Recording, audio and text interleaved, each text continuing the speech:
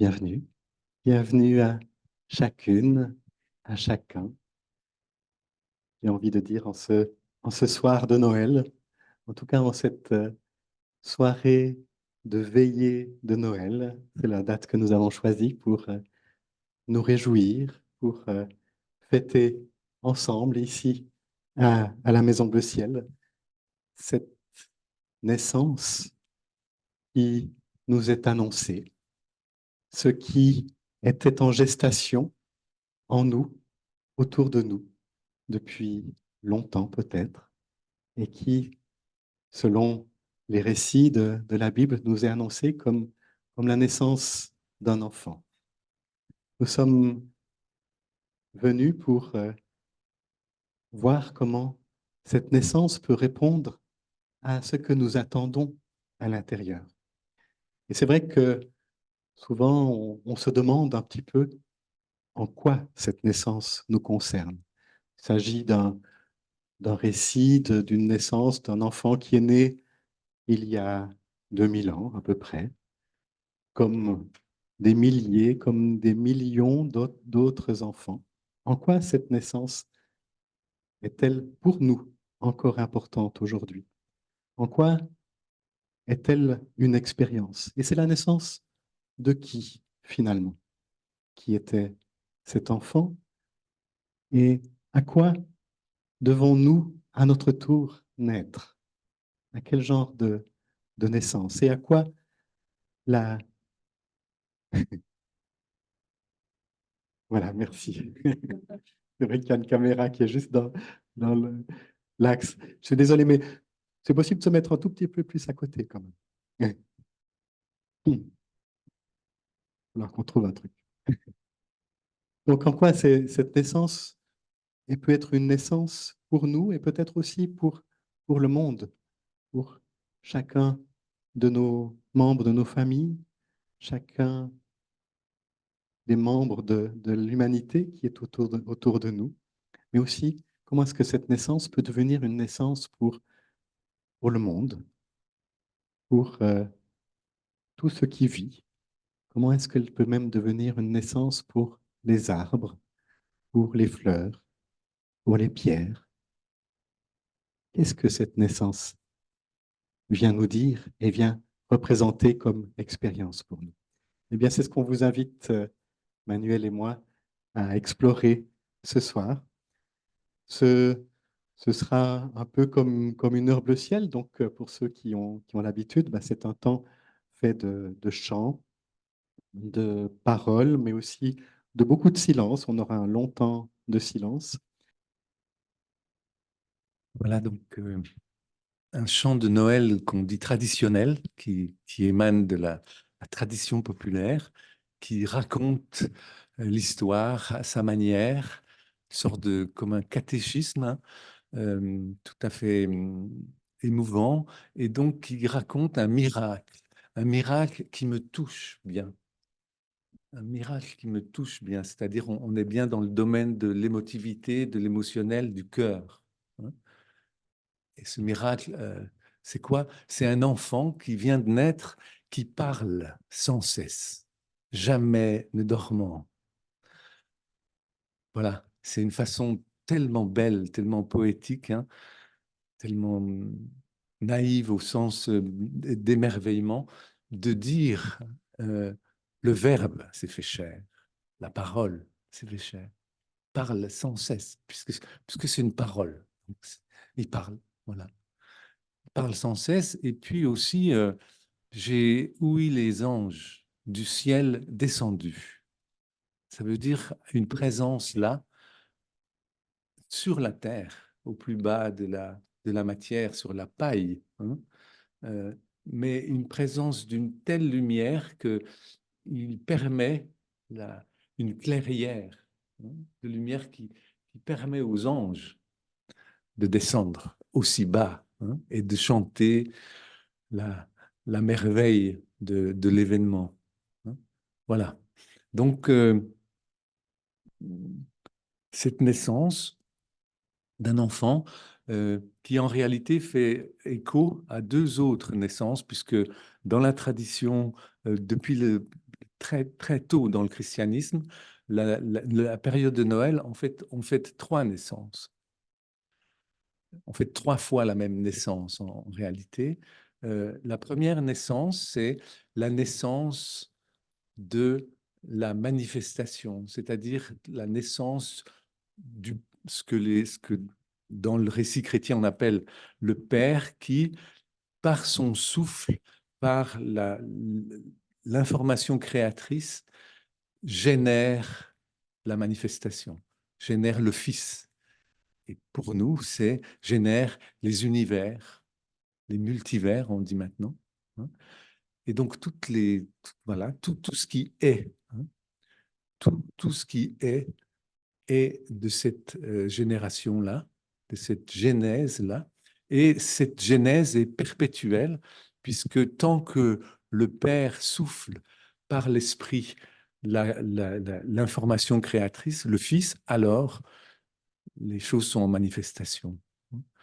Donc, la première naissance, le Christ qu'on dit cosmique, hein, qui est présent dans chaque étincelle de chaque cellule de tous les univers, c'est-à-dire des galaxies, mais de chaque cellule de notre corps, de chaque cellule de la fourmi et de l'arbre et de la montagne, etc. La présence du, du Père par le Fils dans chaque cellule, par l'information créatrice, la présence de la lumière, la présence de l'amour dans chaque cellule. Donc ça, c'est la première naissance, euh, le Christ cosmique, qui est très, très, très bien dit dans l'évangile de Jean, hein, dans le tout début de l'évangile de Jean, au commencement, le logos, le verbe, la parole, hein, qui est émise du Père, c'est-à-dire de quelque chose dont on ne peut rien dire, on ne peut pas imaginer ça. Hein. Mais voilà, cette parole qui est là. Et par lui, tout est fait. Sans lui, rien. Voilà. Donc ça, il s'agit bien, hein, en tout cas dans la pensée johannique, comme on dit, selon l'évangile de Jean, hein, du Christ cosmique. La deuxième naissance, c'est que un beau jour, quelque part sur la terre, dans un tout petit peuple d'une toute petite région du Proche-Orient, là, est né un enfant, un être humain qui est complètement unifié avec cette source de vie dont on parle quand on dit le Père. C'est-à-dire que entre cet enfant et sa source de vie, il n'y a absolument aucun voile, aucune distorsion, aucune dissonance. Donc, on dit le Père et moi, nous sommes un. Hein. Lui, il le dit, le Père et moi, nous sommes un. Voilà. Et donc, le Fils unifié. Donc, on a souvent traduit unique. C'est un terme tout à fait ambigu, hein, puisqu'on est tous fils et filles uniques, hein, du Père. Mais le terme grec monogénos veut dire un seul gène. Hein, donc, l'unification du gène entre le gène du géniteur et de l'enfant engendré. Hein. Donc ce Christ-là, dans une époque donnée, dans un peuple donné, dans une culture donnée. Donc ça, c'est la deuxième naissance, c'est celle qui est la plus connue, quoi. Et puis la troisième naissance, c'est la naissance de cette étincelle divine qui est présente partout dans l'univers, dans chaque cellule de l'univers, et donc qui est notre source même de vie, la source de notre vie propre, physique, émotionnelle, mentale, spirituelle. Donc, ce que certains ont appelé la naissance de Dieu dans l'âme, c'est-à-dire que Dieu est à la fois présent comme source de vie, c'est-à-dire c'est par lui que on est, on respire, on vit, mais c'est aussi une présence qui est à l'état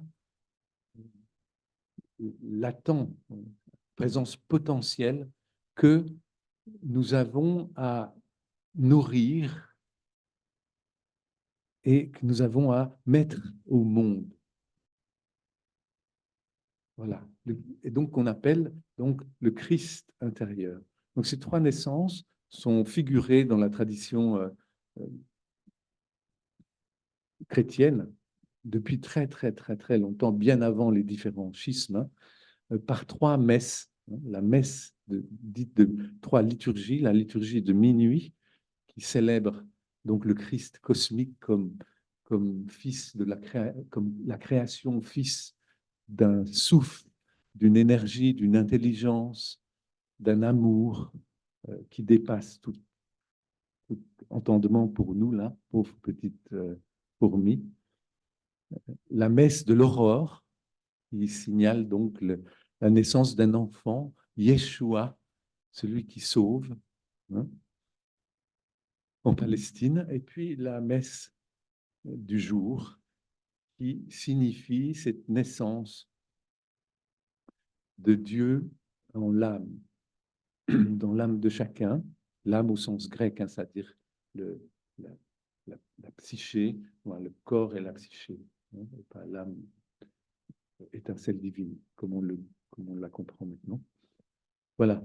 Donc, ces trois naissances. Et puis, donc, la question, c'est la troisième naissance. Ça, elle a été très, très développée, très mise en valeur par des gens au 12, 13, 14e particulièrement, là, 13e, par quelqu'un notamment qui s'appelle Maître Eckhart, qu'on appelle Maître Eckhart, et puis qui a donné naissance à le mouvement des mystiques rénants, donc qui parle vraiment de cette naissance et qui explique très simplement, ça lui a valu quelques histoires avec son institution, que on est porteur de cette étincelle de vie, on est, notre vocation, c'est de la nourrir, de la faire grandir à l'intérieur et de la mettre au monde. C'est-à-dire que cette étincelle de vie aille jusqu'à notre personnalité et jusqu'à notre fonction sociale, c'est-à-dire dans notre vie, de construire euh, le fruit de cette mise au monde par la, la, la création, par l'humanité du royaume des cieux sur la terre. La responsabilité de l'humanité comme artisan, artisane du royaume des cieux sur la terre, c'est-à-dire du royaume de cette présence-là qu'on a tellement, à laquelle on a donné tellement de soins, d'amour, de nourriture, que ça y est, elle affleure, y compris donc extérieurement, socialement, etc. Voilà. Donc, où est-ce que, à l'intérieur de moi, où est-ce que ça a lieu?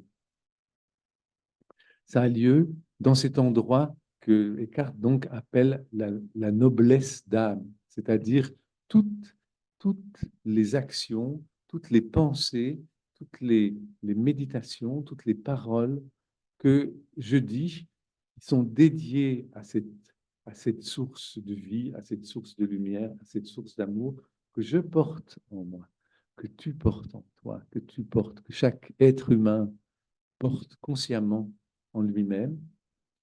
Voilà, à chaque fois que je me tourne vers cette source et que je l'honore, et que alors, alors, le Père engendre le Fils en langage chrétien, encore une fois, à l'intérieur de moi. Quelle est comment faire? Quelle est l'attitude une fois qu'on a fait cela? Quelle est l'attitude idéale pour Maître Eckhart et puis les mystiques rénants et d'autres, hein? L'attitude, c'est donner à l'intérieur de soi le maximum d'espace, de vide, de vacuité, de manière à ce que l'esprit de Dieu prenne la place. La nature a horreur du vide, l'esprit a horreur du plein. C'est-à-dire que l'esprit, pour nous en tout cas, se développe dans vraiment la vacuité, l'espace libre. Donc, Eckhart appelle ça la pure réceptivité. C'est des mots qu'on entend beaucoup, hein, maintenant, la pure réceptivité. parce que aussi Eckhart, il est considéré par les, les traditions orientales comme le plus bouddhiste ou le plus taoïste des chrétiens pour ça.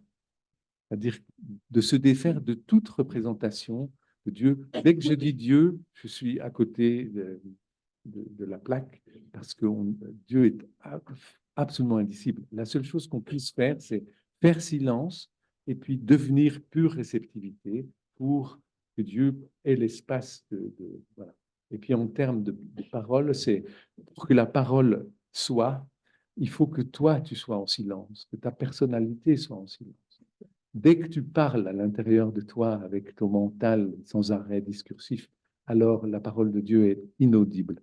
La parole de Dieu, qui est le doux bruit du silence, le doux bruissement du silence, ne peut s'entendre, ne peut s'expérimenter que dans le silence du cœur et du mental. Donc la pure réceptivité. C'est ce qu'un un moine, philosophe, ermite contemporain fait écho d'une façon très très belle en disant tais-toi profondément. Donc fais silence, mais pas le silence profond, hein, jusqu'au fond de ton mental, jusqu'au fond de ton cœur. Quoi, un cœur en silence, un cœur qui ne juge plus, qui ne se compare plus. Voilà, le cœur qui est pur réceptivité, l'esprit qui est, voilà, l'esprit, le mental qui est pure réceptivité. Tais-toi profondément et tu prendras naissance là où Dieu prend la sienne. Tu prendras naissance là où Dieu prend la sienne. Voilà, c'est tout à fait paradoxal, hein, puisque Dieu, c'est la source de notre vie.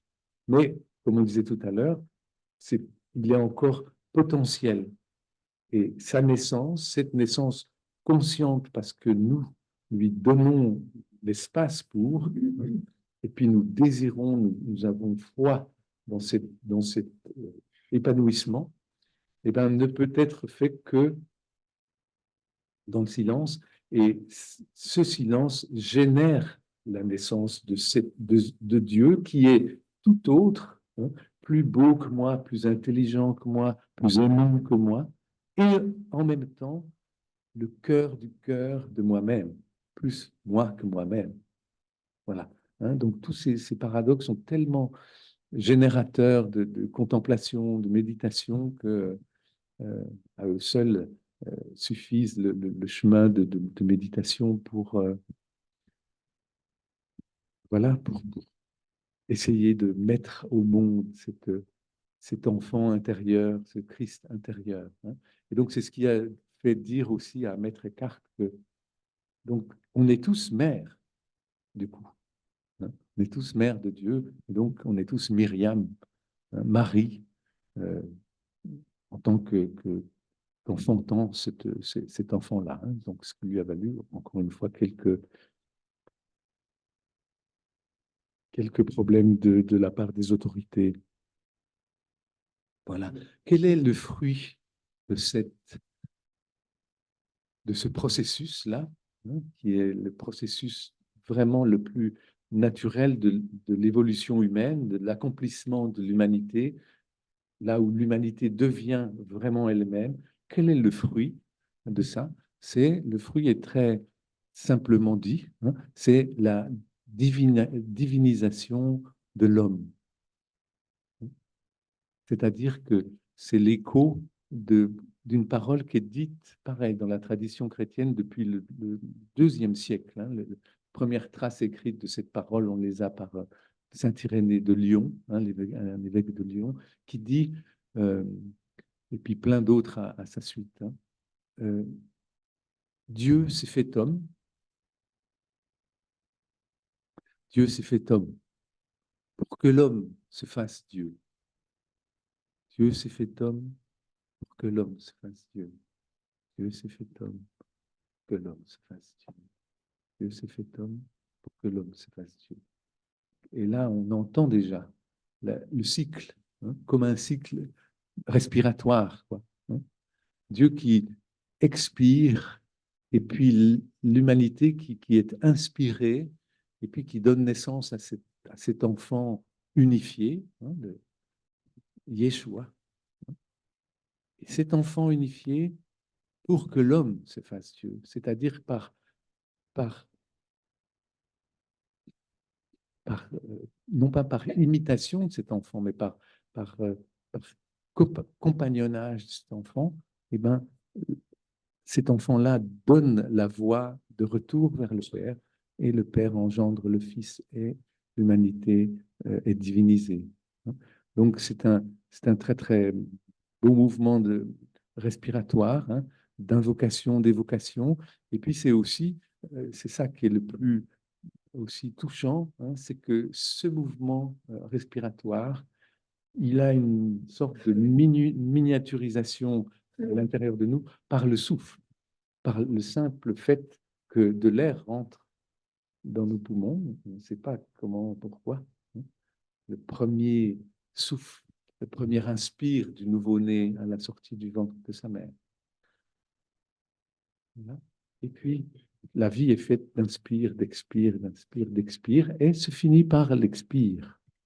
Et donc, à notre dernier souffle, on rend la vie. Hein. Donc, la vie ne tient qu'à un souffle, et que ce petit souffle physique de l'air, rentre et sort, peut, par l'imagination créatrice, qui est un trésor absolu de notre humanité, eh ben, signifier, on peut faire l'expérience du souffle juste par l'observation et puis la relation amoureuse avec sa respiration. De la même façon que on peut avoir une expérience humaine de, du, du début du prologue de Jean, à savoir au commencement, le Verbe. Le fait de pouvoir parler, de pouvoir chanter, hein, ne serait-ce qu'un seul son, hein, eh ben, peut être l'expérience théologique, là pour le coup, de ces premiers versets qui sont intellectuellement absolument incompréhensibles. Hein. Bien sûr qu'ils dépassent complètement la raison. Mais par le simple fait de faire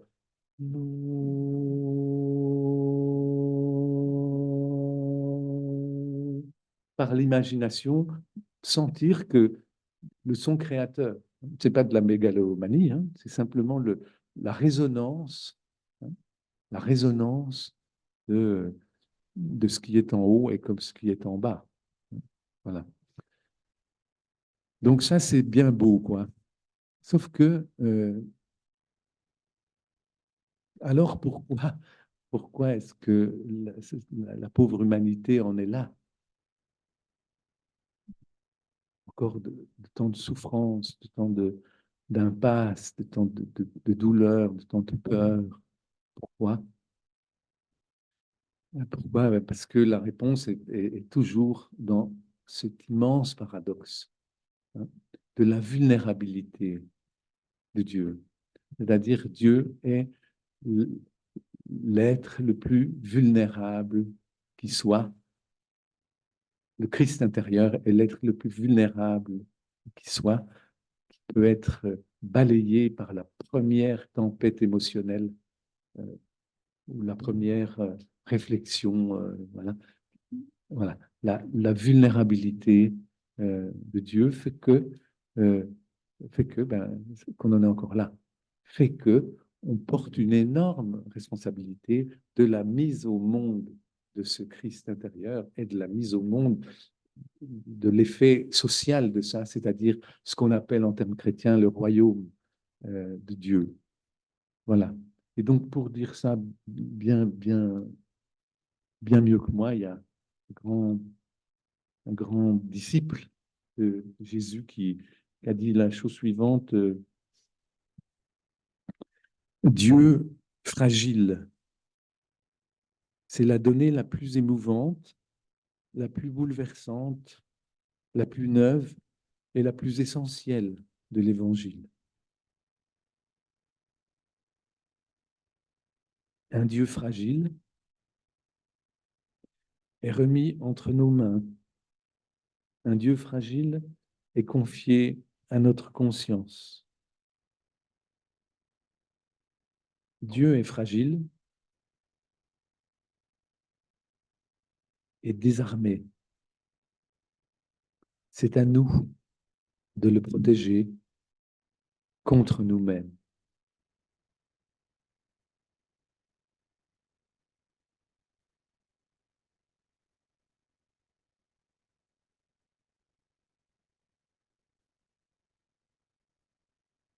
Voilà, donc que tous les